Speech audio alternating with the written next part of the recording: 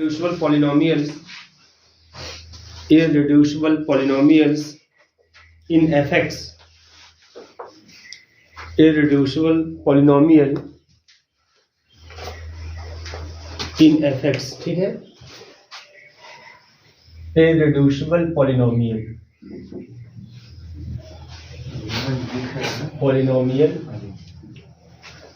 in fx, fx में irreducible polynomial क्या होता है,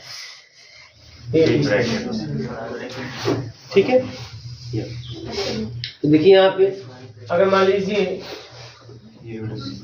लेट कर लेते हैं non zero polynomial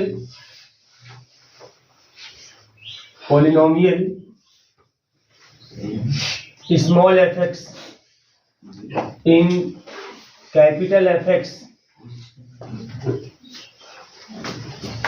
is said to be, ऐसे ही स्टार्ट करते हैं, इसी स्टार्ट करते हैं, is said to be irreducible polynomial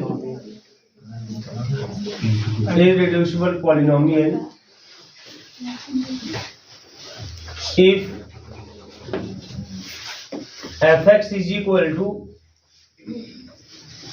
मान लीजिए fx जो है इस तरह से मान लीजिए दो qx hx, ठीक है, मतलब fx को हम लोग दो पॉलिनोमियल के मल्टीप्लिकेशन के रूप में लिख सकें, है ना। और देन अगर ऐसा हो पा रहा है देन, तो ऐसी स्थिति में अगर इररिड्यूसिबल है then either qx is unit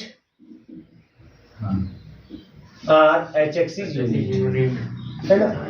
अगर हम fx को दो पॉलिनोमियल के मल्टीप्लिकेशन के रूप में प्रोडक्ट ऑफ टू पॉलिनोमियल लिख पा रहे हैं तो उसमें से किसी न किसी एक को यूनिट होना होगा अगर हमारा fx क्या है, इररिड्यूसिबल पॉलिनोमियल है। तो अगर ऐसा नहीं है भाई, दो के हम फैक्टर के रूप में लिख पा रहे हैं, दो के प्रोडक्ट के रूप में लिख पा रहे हैं और उसमें से दोनों यूनिट नहीं है ना, तब वो रिड्यूसिबल कहा जाएगा, है ना। तो इफ पॉलिनोमियल, इसी मुझे को भी लगा देते हैं, if polynomial is not irreducible, polynomial is not irreducible, अगर इररिड्यूसिबल नहीं है देन पॉलिनोमियल इज रिड्यूसिबल, से लिख दीजिए रिड्यूसिबल, तो रिड्यूसिबल होगा। बात समझ में आ रही है? इस तरीके से लिख लीजिए, नोटिफिकेशन नोट कर लीजिए। इररिड्यूसिबिलिटी है वो डिपेंड करता है फील्ड पर, समझ में आया, एफ पे डिपेंड करता है, ठीक है, इसका भी बहुत मायने रखता है। तो जो इररिड्यूसिबिलिटी ऑफ पॉलिनोमियल है, irreducibility of polynomial depends upon field F, है ना, ये एफ पे डिपेंड करता है। जैसे भी मैं यहाँ बात करूँ, मान लीजिए fx इज इक्वल टू, मैंने ले लिया x स्क्वायर माइनस का 2, ठीक है। अब इसको चेक करना है over field of rational, real और कॉम्प्लेक्स, तो उसको देखना है कि मैंने इस फील्ड के ऊपर जो fx is equal to x square minus 2 है, ये आपका रिड्यूसिबल है कि इररिड्यूसिबल, ये आपको चेक करना है। तो ठीक है ना, सबसे पहले हम मान लेते हैं कि f इज इक्वल टू, मान लेते हैं हम q ले लेते हैं, जो फील्ड है ना, वो आपका रेशनल का फील्ड है। तो ऐसे केस में मैं fx को पहले इसको लिख देता हूँ, इस तरीके से भी लिख सकता हूँ ना, x स्क्वायर माइनस का 2 जो है इसको करता हूँ x प्लस रूट 2 और x माइनस रूट 2, ठीक है, इस तरीके से हो गया। अब यहाँ पर ध्यान दीजिएगा, न तो x प्लस रूट 2 यूनिट है, ना तो x माइनस रूट 2 यूनिट है। अब यूनिट किस में होना चाहिए, इस q में होना चाहिए, बस समझ में आ रही है ना, मतलब इस q वाले रेशनल नंबर की करस्पॉन्डिंग या आपका यूनिट होना चाहिए। तो यहाँ पे जो x प्लस रूट 2 है, x plus root 2 and neither, मैं लिख देता हूँ नाइदर, है ना, x plus root 2 nor x minus root 2 is unit in q, q में कोई यूनिट नहीं है ना। जब यूनिट नहीं है इसका मतलब fx इज रिड्यूसिबल, इसका मतलब fx जो है रिड्यूसिबल है, fx इज रिड्यूसिबल हो जाएगा। बात समझ आ रही है ना, आपका रिड्यूसिबल हो जाएगा। अच्छा, एक चीज और बता दूं आपको, इसमें यूनिट देखने की भी जरूरत नहीं थी, इसमें यूनिट देखने की भी जरूरत नहीं थी, मालूम क्यों? एक चीज और ध्यान दीजिएगा, देखो एक जब आप फैक्टराइज करिए और हमको क्यू में देखना है, क्यू में F इक्वल टू क्यू में देखना है, अगर फैक्टराइज करिए, फैक्टराइज करने पर जो आपको अलग अलग पॉलिनोमियल मिले, इनके जो कोफिशिएंट मिले आपको, कांस्टेंट टर्म मतलब √2, कांस्टेंट टर्म, एक्स का कोफिशिएंट, कांस्टेंट टर्म, एक्स का कोफिशिएंट, ये जो मिले ये सभी कोफिशिएंट क्यू के ही एलिमेंट होने चाहिए। समझ आ रही है कि नहीं आ रही है?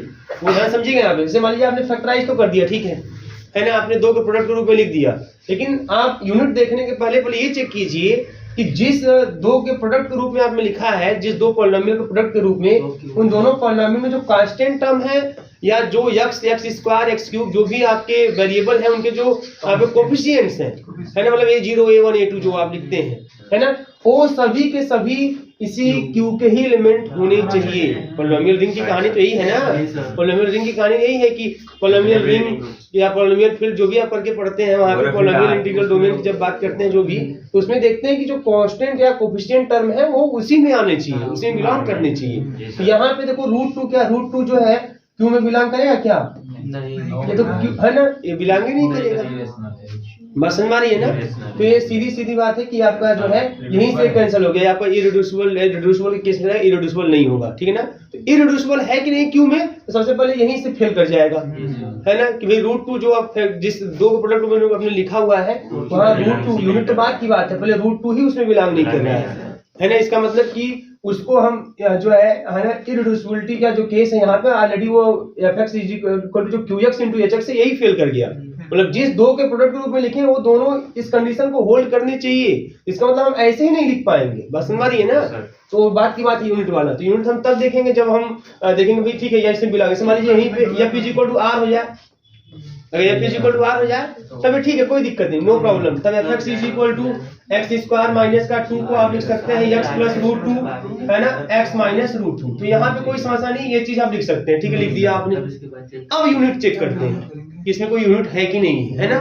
तो यहाँ पे वही हाल, न तो यह यूनिट है नॉट यूनिट, न तो यह यूनिट है ना, ये भी यूनिट नहीं है, क्योंकि आपको पता ना जो फील्ड होता है ना, फील्ड में केवल 1 और -1 है ना, यही 2 आपके दिखाई देंगे यूनिट के रूप में। बस समझ आ रही है ना। और पॉलिनोमियल की जब बात करेंगे आप, तो कोई भी आपको पॉलिनोमियल है ना इस तरह से उसका जो इनवर्स कर सकते हैं। यूनिट कौन होता है? जिसका इनवर्स एग्जिस्ट करता है।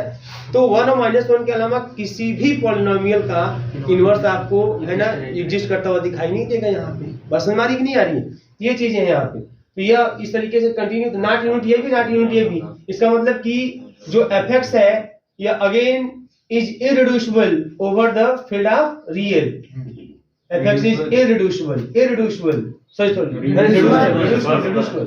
अगर यूनिट हो जाता तो irreducible हो जाता, irreducible है, reducible है ना, ओवर हाँ, बस समझ आ रही है। जब r है तो c होगा करेगा, कोई समस्या नहीं। तो ये सब के सब जो है वो किस केस में आगे रिड्यूसिबल, सब रिड्यूसिबल है। बस समझ आ रही है, कोई भी इरेड्यूसिबल आपका नहीं। नोट कर लीजिए इसको भी आप। तो ये चीज देखना होता है आपको। ऐसे क्वेश्चन अभी आएंगे, अभी क्वेश्चन आपको और देंगे है ना, जिसमें आपको ऐसे चेक करना होगा। सबसे पहले आप उसको 2 के प्रोडक्ट के रूप में लिखेंगे, और जब 2 के प्रोडक्ट के रूप में लिखेंगे तो पहले ये चेक करेंगे कि क्या वो दोनों जो प्रोडक्ट आप 2 पॉलिनोमियल का प्रोडक्ट आप लिख रहे हैं, क्या वो जो है कंडीशन होल्ड कर रहा है पॉलिनोमियल रिंग का, पॉलिनोमियल फील्ड का जो भी है उसका कंडीशन होल्ड कर रहा है कि नहीं कर रहा है। तो उसमें कांस्टेंट टर्म, कोफिशिएंट टर्म सबको देखते हैं उसमें बिलोंग कर रहा है कि नहीं कर रहा है, पहले वो चीज चेक करना है। अगर मान लीजिए है बिलोंग कर रहा है तो फिर देखते हैं यूनिट है कि नहीं है कोई।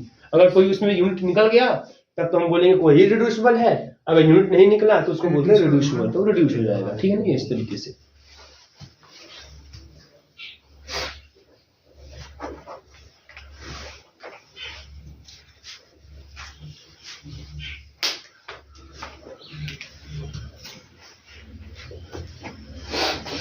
तो क्वेश्चन लिखिएगा, show that x square plus 1, so that x square plus 1 is irreducible, so that x square plus 1 is irreducible over the field of integers, modulo 7, over the field of integers modulo 7, over the field of integer modulo 7, ठीक है ना। तो देखो दिया है इसमें F X is equal to कितना X square plus 1। इसको दिखाना है कि इररिड्यूसिबल है over the field of integer modulo 7, मतलब Z7 है ना, यहाँ Z7 है, फील्ड आपका Z7 है। इसमें कौन से एलिमेंट आएंगे 0 1 2 3 4 5 और 6, ये एलिमेंट इसमें आ जाएंगे।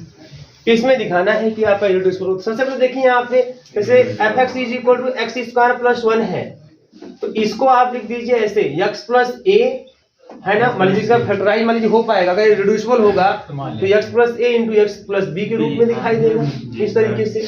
अब देखिए इस तरीके से जब इसको हम मल्टीप्लाई कर देंगे तो एक्स स्क्वायर प्लस ए प्लस बी एक्स, यही ना, अब प्लस का ए इंटू बी आ जाएगा। अब कोफिशिएंट को इक्वेट कर दीजिए, equating the coefficient of equating the coefficient of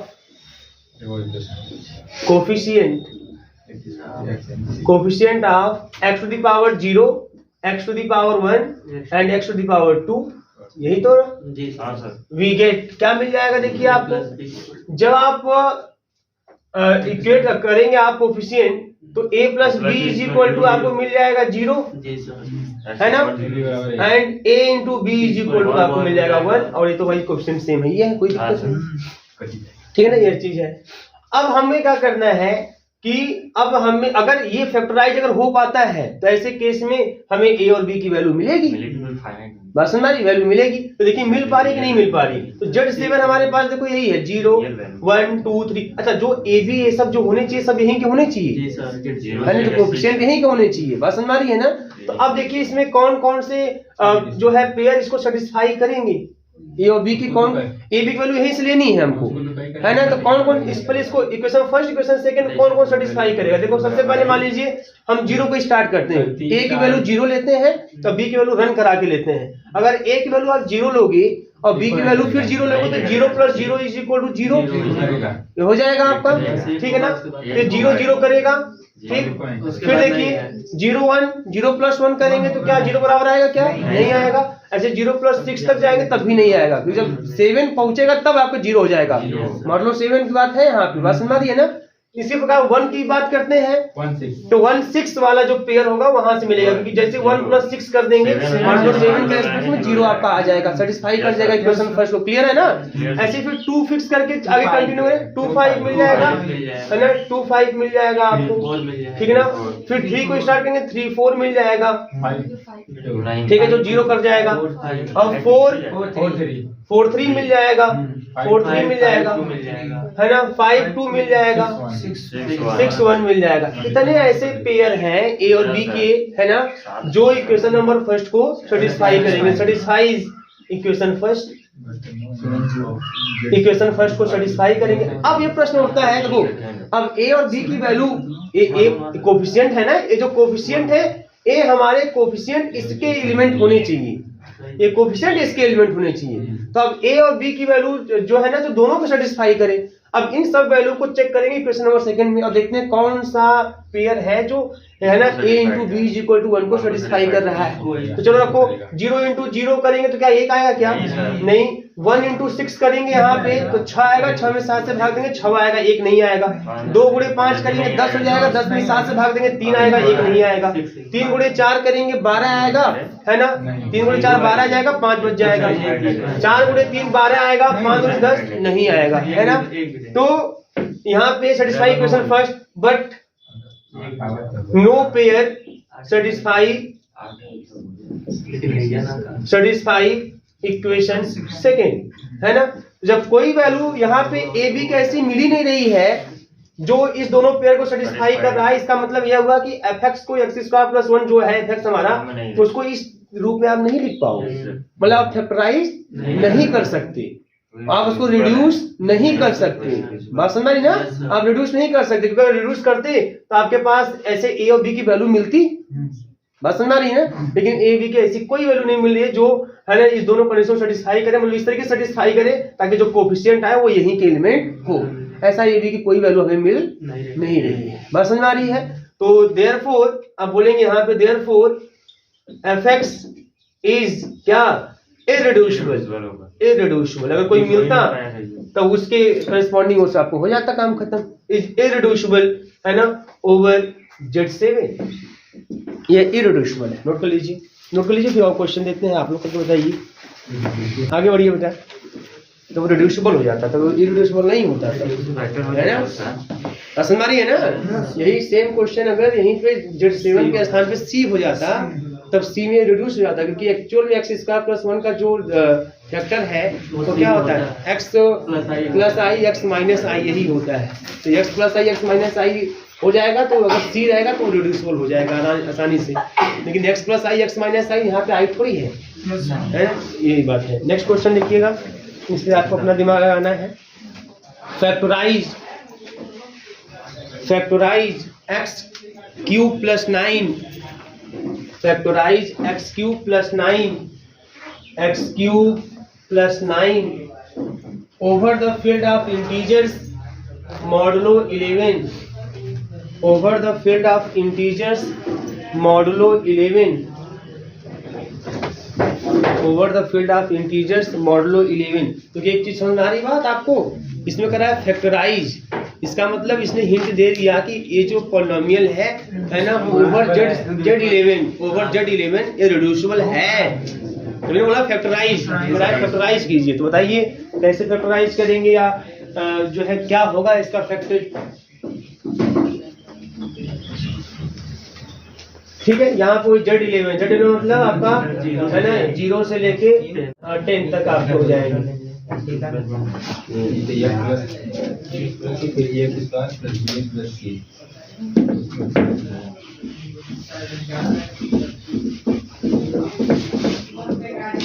ठीक है ना, x³ + 9 को आप ऐसे लिखिएगा, x³ + 9, तो यह हो जाएगा आपका x + a, ऐसे करके लिखिएगा बेटा, और x² + bx + c ऐसे करके लिखिएगा इन जनरल। अब इसको ऑफसेट कर लीजिए, है ना, x का x³ में x³ हो गया, और x² कहाँ मिलेगा, x² मिलेगा जब a का x² के साथ करेंगे, और x का जब b के x के साथ करेंगे, है ना। तो a कितना मिल जाएगा x² यहाँ पे, यहाँ a + b, a नहीं मिलेगा, a + b x², तो जब a का x² के साथ करेंगे तब ax² और b का जब bx का x में करेंगे तब bx², x² कॉमन हो जाएगा। x कहाँ मिलेगा, तो x का मल्टीप्लिकेशन जब करेंगे c के साथ तब मिल जाएगा x, a का जब करेंगे bx के साथ तब मिल जाएगा हमें x, है ना। तो यह मिल जाएगा आपको, है ना, ab + c, है ना, और ये x और प्लस, और लास्ट में क्या मिलेगा, कांस्टेंट टर्म में क्या मिलेगा, ac, बस। तो अब यहाँ से जब कंपेयर करेंगे तो पहले x² कोएफिशिएंट कंपेयर कर लीजिए, तो a + b = 0, x का कंपेयर कर लीजिए, ab + c ये भी 0, और ac = 9। तो ऐसा हमें a b c की वैल्यू फाइंड करनी है जो तीनों इक्वेशन का कर जाए, सेटिस्फाई कर जाए। पता करिए ऐसी कौन सी वैल्यू है जो तीनों इक्वेशन को सेटिस्फाई कर सकता है। लगाओ दिमाग, उसे क्वेश्चन आएगा नहीं एग्जाम में, क्योंकि इसको करना सोचना थोड़ा सा लंबा प्रोसीजर है, क्योंकि 3 का पेयर से सोचना है ना आपको। ठीक है,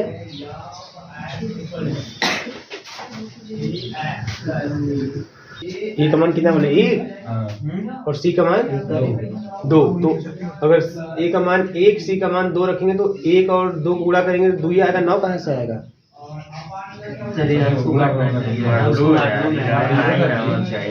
हाँ तो 2 रहेगा तो मॉडल हो जाएगा, 11 का भाग 2 में देंगे तो ये ना आएगा, 9 आएगा।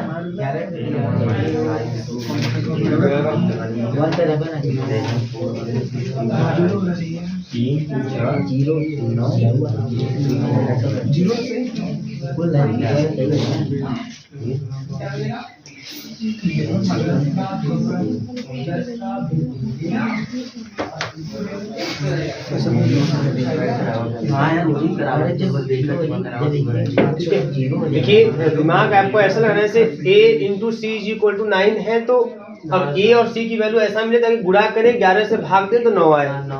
अब 11 से भाग देने पर रिमाइंडर 9 बचे, है ना। तो आपका यह है ना 9 की बात अगर करनी है यहाँ पे गुणे के रूप में तो 1 और 9 ले सकते हैं, मान लो ध्यान दे लो 1 और 9, पहले 1 और 9 4 और 5 1 और 9 लेंगे है ना, है ना, यहाँ पहले 1 और 9 देख लीजिए। 1 into 9 अगर लेंगे तो 9 हो जाएगा, लेकिन अब 1 into 9 अगर लेंगे ए सी की वैल्यू तो फिर यहाँ भी सेटिस्फाई करना चाहिए। तो ऐसे स्थिति में अगर देखो ध्यान से समझना, बहुत एक को पकड़ना होता है इसमें। अब इसमें देखिए आप ऐसा पेयर नहीं बना सकते, 3-3 का पेयर बनाते जाओ, वो तो पिछला वाला 2 का था, ऑर्डर पेयर था, तो जितने संभव था आराम से हमको पकड़ में आ रहे थे, लेकिन यहाँ 3-3 का पेयर बनाना लंबा प्रोसीजर हो जाएगा। तो इसमें क्या करेंगे, आप किसी एक इक्वेशन को पकड़िए, उसको सेटिस्फाई करिए। तो मान लीजिए हमने AC = 9 को हम चेक करना चाहते हैं, तो 1 into 9 करेंगे तो 9 आ जाएगा। इसका मतलब A की वैल्यू 1 और C की वैल्यू हम 9 ले लें, मान लो A की वैल्यू 1, C की वैल्यू 9। अब यही वैल्यू हम लेके है ना पहुंच जाए कहाँ पर, यहाँ पहुंचे। अगर पहले पहुंचते हैं A की वैल्यू 1 रख देते हैं तो क्या जोड़े कि 0 आ जाए, तब 10 रखना होगा, तब ना 0 आएगा, तब 10 रखना होगा, तब 10 से 11 होगा, 11 से भाग देंगे तो 0 आएगा। इसका मतलब कि B की वैल्यू तो हमें 10 लेनी होगी। अब देखिए क्या इसको सेटिस्फाई करता है कि नहीं करता है। तो A की वैल्यू 1 हो गई, B की वैल्यू 10 हो गई, मतलब 10 और प्लस C की वैल्यू 9, 19, और 19 में जब 11 से भाग देंगे तो 0 थोड़ी आएगा। इसका मतलब ये कहानी फेल हो गई। अब AC = 9 कैसा फंसा, इसे 4 into 5, 4 5 बोला आपने, ठीक है। A = 4 और C = 5, एक दूसरा नंबर ये आएगा, दूसरे नंबर पे आएगा भाई 20 होगा तब ना आएगा ना, तो 20 होना चाहिए है ना। तो A = 4 और C = 5 होने पे आपका 9 हो जाएगा, क्योंकि 4 into 5 करेंगे 20 में 11 से भाग देंगे 9 आ जाएगा। अब A को उठा के यहाँ रख दीजिए, A प्लस B वाले में, यहाँ 4 और प्लस क्या जोड़ेंगे कि 0 आ जाएगा, तो 7, 7 4 11 तब ना आएगा, तो B = क्या हो गया 7। अब आते हैं यहाँ पर, तो यहाँ पर जब आएंगे तो A into B मतलब 28 और 5 33 और 11 33 सेटिस्फाई कर गया। इसका मतलब कि जो A = 4 है ना, B = 7 और C = 5 है ना, सेटिस्फाइज द इक्वेशन स्टार, मिला के बोल देते हैं, द इक्वेशन स्टार हेंस।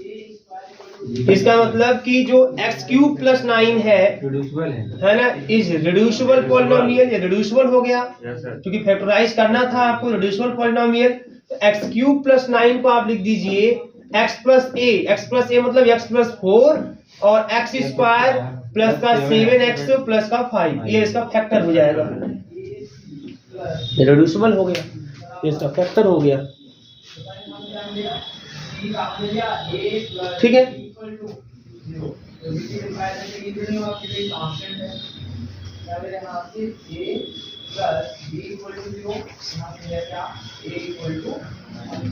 तो ऐसे क्वेश्चंस आप तमाम आ सकते हैं, आप कर सकते हैं, है ना। 2-4 क्वेश्चन मैं आपको बोल दे रहा हूँ, आराम से घर पे जाइएगा, आप आराम से करिएगा बैठकर, कोई समस्या नहीं है, ठीक है। तो जब भी ऐसे क्वेश्चन है कि ये रिड्यूसिबल है ओवर इतना, over Q, over R and over Z, या जो भी इस तरह से ओवर Z5 Z7 कुछ भी ऐसा देता है, तो आपका तरीका यही है, इस तरीके से आप करेंगे इस चीज को, ठीक है ना, बस और कुछ नहीं करना है इसमें। इसमें एक ही मिलेगा बस, और मिल सकता है? नहीं, अब नहीं मिलेगा, इसमें नहीं मिलेगा, फैक्टराइज हो जाए, हो सकता है, मिल भी सकता है, कुछ कहना नहीं है ना, लेकिन मेन ये है कि हमें ये देखना है रिड्यूसिबल है कि इरिड्यूसिबल है, लेकिन इसमें मिलेगा है ना। हाँ, उससे कम चांस है, ना के बराबर चांस है, फिर भी इसे मान लीजिए कोई बड़ी बात नहीं है, हो भी सकता है, पॉसिबिलिटी हो भी सकती है, लेकिन ये हमारे पास अब इसके लिए तो आपको इन्फिनिटी तक जाके चेक करना होगा ना। तो ऐसा कोई क्वेश्चन आपने नहीं बोला कितना हो सकता है, तक जाएंगे, हाँ, ठीक है। पेयर आपका तभी बन जाएगा, तभी बहुत से पेयर बन जाएंगे, 3-3 का पेयर बनाना तभी बहुत से बन जाएंगे। कितना आप लोग के पास समय कहाँ है, क्वेश्चन ये प्रूफ दैट। अब ये सब क्वेश्चन आप आराम से घर पे बैठ के, है ना, मकर संक्रांति के दिन आप जब खाइएगा वो गाना वाना, तो उसमें लगाते रहिएगा, सोचते रहिएगा, है ना। प्रूफ दैट x², पहला question, x² + x + 1, x² + x + 1 is irreducible, x² + x + 1 is irreducible over Z2, the field of integers modulo 2। Z2 क्या है, the field of integers, Z2 नहीं लिख पा रही बेटा, लिख तो ली हो, the field of integers modulo 2। Second question, x square plus 1 is irreducible, x square plus 1 is irreducible over Z7, over Z7, the field of integers modulo 7 हो गया था, लिख लीजिए कोई दिक्कत नहीं है। The field of integers modulo 7। Next question, x cube minus 9 is irreducible, x cube minus 9 is irreducible over Z31, x cube minus 9 is irreducible over Z31, the field of integers modulo 31, the field of integers modulo 31, the field of integers modulo 31। ठीक है, next लिखिएगा, x cube minus 9 is irreducible, x cube minus 9 is irreducible, is irreducible over Z11, over Z11, the field of integers modulo 11, the field of integers modulo 11, the field of integers modulo 11। लिखिएगा theorem बेटा, if capital F, वैसे जब भी question आएंगे I hope आप आराम से manage कर लेंगे, कोई दिक्कत नहीं है। If capital F is a field, if capital F is a field, then every irreducible polynomial, then every irreducible polynomial, then every irreducible polynomial of fx, capital fx, जब बोलूं कैपिटल तो समझ जाइएगा, है ना। every irreducible polynomial of fx is irreducible element of, is irreducible element of fx, is irreducible element of fx, and conversely is irreducible element of fx and conversely, and conversely। ठीक है, अब देखिए यहाँ पे क्या कहने का मतलब है इसके, है ना, करा है कि अगर, ध्यान दीजिएगा अब इस थ्योरम को, इस बहुत सिंपल सा थ्योरम है, आप आसानी से इसको मैनेज कर सकते हैं, कोई बड़ी बात नहीं है। देखिए इसके स्टेटमेंट में आपसे यही बोला है कि अगर यह कोई फील्ड है तो fx का, कैपिटल fx का कोई भी अगर पॉलिनोमियल इररिड्यूसिबल पॉलिनोमियल है तो वह उस fx का इररिड्यूसिबल एलिमेंट भी होगा। बात समझ आ रही है, उसका क्या होगा, इररिड्यूसिबल एलिमेंट होगा। और कन्वर्सली मतलब अगर उस fx का इररिड्यूसिबल एलिमेंट है तो वह उसका इररिड्यूसिबल पॉलिनोमियल भी होगा, है ना। अब देखिए इररिड्यूसिबल पॉलिनोमियल एलिमेंट की बात बहुत बड़ी बात नहीं, आपको पता है। अगर हम वही कहानी कि अगर मान लीजिए fx हमारा इररिड्यूसिबल है तो fx को मान लीजिए हम px into qx के रूप में लिखते हैं, है ना। तो आइदर px इज यूनिट, है ना, px इज यूनिट होना चाहिए और qx is unit, is unit, है ना। if वही if fx is irreducible polynomial, irreducible polynomial, polynomial in fx, then ये कहानी होगी पूरी, है ना। अब इररिड्यूसिबल एलिमेंट की बात क्या होती है, पता है इररिड्यूसिबल एलिमेंट की बात क्या होती है। इररिड्यूसिबल एलिमेंट भाई अगर a आपका इररिड्यूसिबल एलिमेंट है तो a इज इक्वल टू, अगर b इंटू सी लिखते हो, ये ना पढ़ा था आप लोगों ने, अगर a is equal to b into C लिखते हो तो आइदर b इज यूनिट और c इज यूनिट। ये तो कहानी आपको हाथ में रखी, वही कहानी सेम टू सेम, है ना। अब ध्यान दीजिए, हमको अब इस चीज से ये चीज लाके दिखाना है कि जो इररिड्यूसिबल पॉलिनोमियल है वो एक्चुअल में इररिड्यूसिबल एलिमेंट ही है fx में। अगर यह फील्ड है आपका इस तरीके से, तो अच्छा देखो यहाँ पे ध्यान से, चलो हमने मान लिया कि fx हमारा इररिड्यूसिबल पॉलिनोमियल है। तो fx अगर इररिड्यूसिबल पॉलिनोमियल है तो इसका मतलब कि ये कंफर्म हो गया कि fx को 2 के प्रोडक्ट रूप में लिखेंगे, अब कोई न कोई उसमें से एक यूनिट होगा। बात समझ में आ रही है ना, यही ना मतलब हुआ, तब कोई न कोई उसमें से एक यूनिट होगा। इसका मतलब क्या, इसका मतलब यह हुआ है ना कि इसका आपका इनवर्स एग्जिस्ट करेगा, है ना, इस px या qx से क्या करेगा, इनवर्स एग्जिस्ट करेगा। अब बताइए फील्ड की अगर बात करें आप, है ना, fx में पॉलिनोमियल की अगर बात करें हम लोग, तो जो पॉलिनोमियल होता है, पॉलिनोमियल में जो कांस्टेंट पॉलिनोमियल होते हैं, है ना, फील्ड की जब बात करेंगे तो फील्ड में नॉन जीरो एलिमेंटों के ही इनवर्स एग्जिस्ट करते हैं, नॉन जीरो एलिमेंटों के, है ना। Field by commutating with unity element having multiplicative inverse of each of its non zero element, ठीक है ना। तो यहाँ ध्यान दीजिएगा कि या तो px यूनिट है तो qx यूनिट है। इसका मतलब कि या तो px कांस्टेंट होगा या तो qx कांस्टेंट होगा, अर्थात आइदर डिग्री ऑफ, अगर मैं डिग्री के रूप में लिखूंगा, either degree of px is equal to 0 होगा, है ना, या degree of qx is equal to 0 होगा। यही ना मतलब हुआ, यही ना मतलब हुआ, क्योंकि भाई यूनिट कैसे हो सकता है, किसी पॉलिनोमियल का इनवर्स थोड़ी मिल पाएगा आपको।